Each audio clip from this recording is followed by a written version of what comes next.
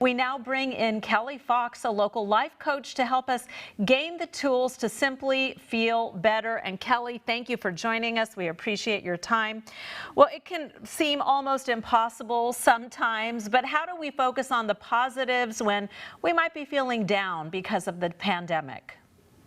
Yeah, I understand you. I've been talking to a lot of people who are dealing with this kind of pandemic blues, right? And there's several things that we can do to support ourselves.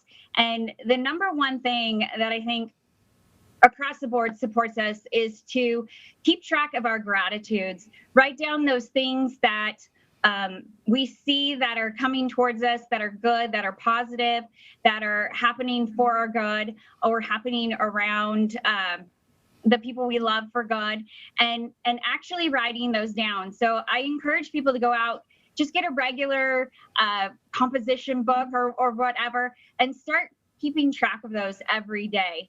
It's a really powerful step that we can do to kind of get us in that mood of seeing how there is great things going on for us right now. Is that something we should do to start our day, end our day, or just maybe at that moment when we might be feeling frustrated? You know, a lot of parents have kids at home, we're doing distance learning, or they may be working from home. At what point should they jot those ideas down? I think it really matters to the person.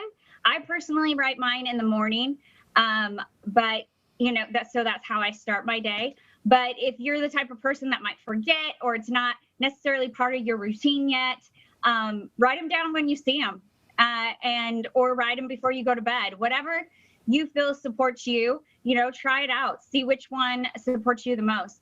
And I definitely understand distant learning frustration.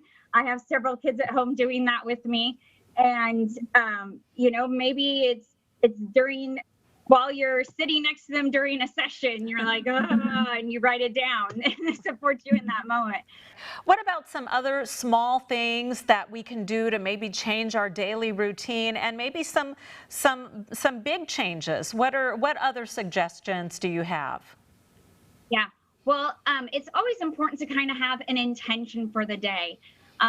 You look at what you have going on that day. How do you want to approach your day? How do you want to show up in the different places that you're going to be showing up?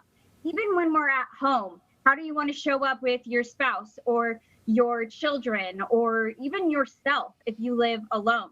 How do you want to show up? And I encourage people to really keep those routines that they had before the pandemic. If you normally would get up, take a shower, get ready for work, put your makeup on for ladies, right? Do that still. It really is supportive than just sitting around in your pajamas all day. It does something for you. So keep those routines. If you didn't have a routine, make one for yourself. Have time to have, reflection, or time to meditate, or time to commune with your higher power. Read a book, listen to an inspirational podcast. Give yourself time to really devote to having a positive attitude about life in general, and just all of the unknowns going on right now. Now, you specialize in fearless living. So can you talk about how fear in life is normal or even healthy, and how we live with this? Yeah, I think, fear in general is something that we need, right? We stay away, we don't walk into the street when a car's coming, that type of fear. But the fear, when we're talking about emotional fears, when it comes to fearless living, and emotional fears are those things that kind of keep us small and keep us away from those conversations we might need to have, or keep us isolating when we want to connect. And so right now, connection is really important to most people.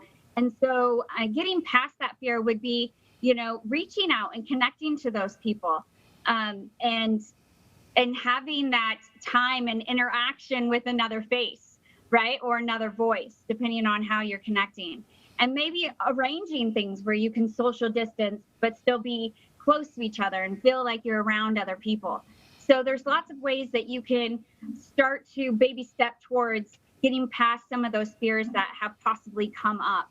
I think also with all the uncertainty that's going on, having a really good friend or wise counsel type person to kind of talk these things over with, so you're not stuck in all of the unknown and uncertainty in your head, and having all the different views on things coming at you, where you can really talk it out with someone. That makes sense. Let it out. Don't just keep it in, and just don't dwell on those things. Lots of great advice. Thank you so much to Kelly Fox, a local life coach. We appreciate your help today.